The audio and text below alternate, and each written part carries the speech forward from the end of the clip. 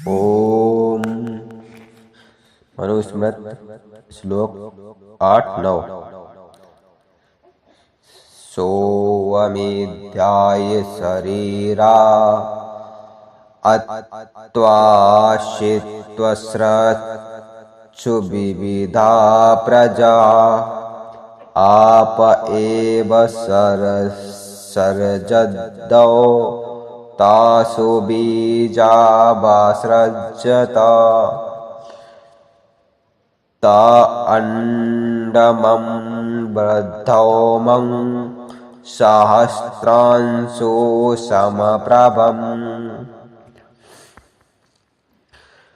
तस्मै अंजेय स्वयं ब्रह्मा सर्वलोकपितामह। यहाँ पर जो आप शब्द है, यहाँ पर लेखक है बहुत से उदाहरणों को देकर कहता है कि जो आप शब्द है वो जो है परमात्मा के लिए आया है।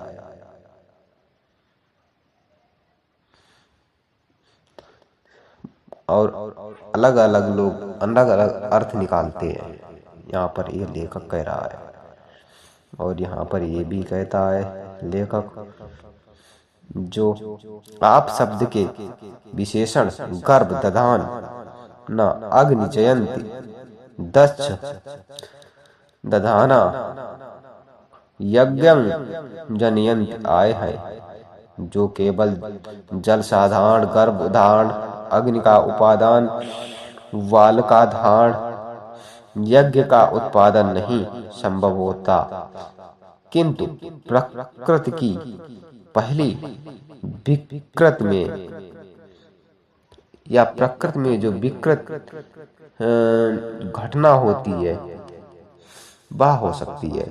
और यही कारण संस्कृत में आप शब्द के स्त्रीलिंग होने का भी जान पड़ता है। पीछे आपके जल तुल्य द्रव्य शरीर पदार्थ होने से उसका नाम जल पड़ गया, और लिंग वही स्त्रीलिंग युक्त होता जान पड़ता है, जो कि यजुर्वेद के 27वें मंडल के 25वें श्लोक में आया है। आपो हवा इंद्रगमे सलिलमेधवासः। और लेखक कहते हैं कि यजुर्वेद में 27वें मंडल के 25वें श्लोक में दयानंद सरस्वती जी ने भी इसका अर्थ बताया है। यहाँ पर लेखक कहता है, वास्तव में जगत की उत्पत्ति के प्रकरण में आप शब्द योगा अरुण है, जो कि वेदों और अन्य सब शास्त्रों में जहाँ सृष्टि की उत्पत्ति का वर्णन है बहुल्य से प्रयोग में आया है। इसी से पौराणिक समुद्र में कमलनाल में ब्रह्मा की उत्पत्ति वाली कथा गढ़ी गई है। अर्थात यहाँ पर लेखक कह रहा है जो समुद्र में कमलनाल से ब्रह्मा की उत्पत्ति वाली कथा है वो काल्पनिक है। और कहता है लेखक, ईसाई के उत्पत्ति प्रकरण, जो ईसाइयों के ग्रंथ हैं वहां पर उत्पत्ति प्रकरण में वाक्य की ईश्वर का आत्मा जल पर डोलता था इत्यादि घड़े गए, जैसे कि ईसाई ग्रंथों में आया है उसी प्रकार से अनुमोदन करके लेखक कहता है, ध्यान लगाकर देखें कि तो ये जो यहाँ पर आया है जो सनातन ग्रंथों में मनुस्मृति में जो कि मिलाया गया है, काल्पनिक बनाया गया है। यह बीज, और यहाँ पर ये लेखक कहता है, यह बीज जो है चमकीला सूर्य के समान अंडाकार प्रथम सृष्टि की रचना थी वो बना, उसमें परमात्मा ब्रह्मा सब लोगों का पितामह प्रकट हुआ, स्वयं प्रकट हुआ, जिसे ब्रह्म कह सकते हैं या ब्रह्मा कह सकते हैं। अर्थात प्रथम उपादान कारण का एक चमकीला गोला सा बना। 10वें श्लोक, अपो नरा इति प्रोक्ता अपो वै नरसूनवा तायदस्यानं पूर्वतेन नारायणा स्मृता यश्च कारण्यमव्यक्तं नित्यं सदसदात्मकं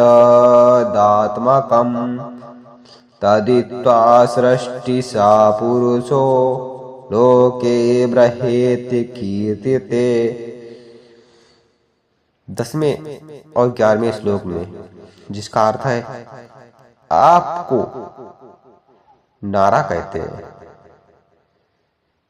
क्योंकि नर परमात्मा से आप उत्पन्न हुआ है। वह नारा प्रथम स्थान है, जिसका वस्तुतः इस कारण परमात्मा को नारायण कहते हैं, और जो संपूर्ण जगत का उपादान और नेत्रादि से देखने में नहीं आता तथा नित्य और सत असत वस्तुओं का मूलभूत प्रधान प्रकृति है, उस सहित परमात्मा श्लोक में ब्रह्मा कहलाता है।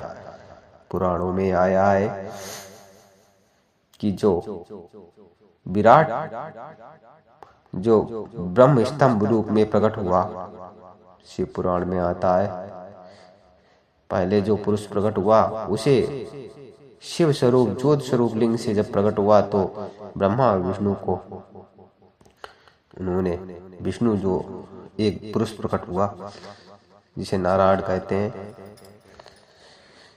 वो शिव ही प्रकट हुए, उसमें से यह कहते हैं। तो जो है वो प्रकट हुए और उन्हें जो निराकार ब्रह्मा है ज्योति रूप में, उन्हें आज्ञा दी कि आप जाओ तपस्या करो जाके। तब उन्हें हजारों वर्षों तक तपस्या की, फिर वो थक गए तो वो सहन करने लगे, तो उनके अंदर से जल निकला, वो जल भर गया, उनके ऊपर शिवार जम गया उस परब्रह्म परमात्मा को के ऊपर, तब उसे नारायण कहा गया। नर जम गया यानी कि घास जम गई, तब उन्हें नारायण कहा गया। तब वहां पर यह कहा जाता है उनके नाभि कमल से फिर ब्रह्मा प्रकट हुए। और बहुत सी कहानियां हैं। यहाँ पर जो आगे श्लोक है 12, उसमें मैं बताता हूँ। तस्नांडे सा भगवानुपत्ति फरित साराणयम् शमेवात्मनो ध्यानश्चान् करो द्विजा तव्यंसा शकलाम्ब्यां चादिव्यं भूमि चर्मि में मध्ये व्योमदिशाश्चन् अष्टावपं स्थानं च शाश्वतम्। अर्थात उस अंडे में परिवर्तन रक्षक काल पर्यंत स्थित होकर उस परमात्मा ने आप ही अपने ध्यान से उस अंड के 2 टुकड़े कल्पित टुकड़े किए।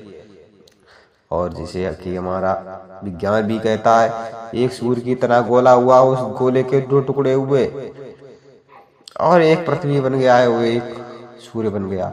यहाँ पर भी उसी प्रकार कहते हैं, कल्प के समय 100वां भाग परिवत्सर जानो। जिस प्रकार 100 वर्ष के सामान्य आयु वाला मनुष्य 1 वर्ष के लगभग गर्भ में तैयार होता है, उसी प्रकार यह जगत भी अपने 100वें काल भाग तक गर्भ के सी अवस्था में रहा और उसमें उन 2 टुकड़ों के धूलोक अर्थात ऊपर का लोक और पृथ्वी लोक और बीच में जो स्पेस बचा है वो आकाश की अवस्था हो गई। इस प्रकार 8 दिशाएं जो कि उनका निर्माण हुआ और तथा जल का सनातन स्थान बना और पृथ्वी के ऊपर जल का स्थान बना होगा। वो तो शाश्वत है, वो तो दिख ही रहा है।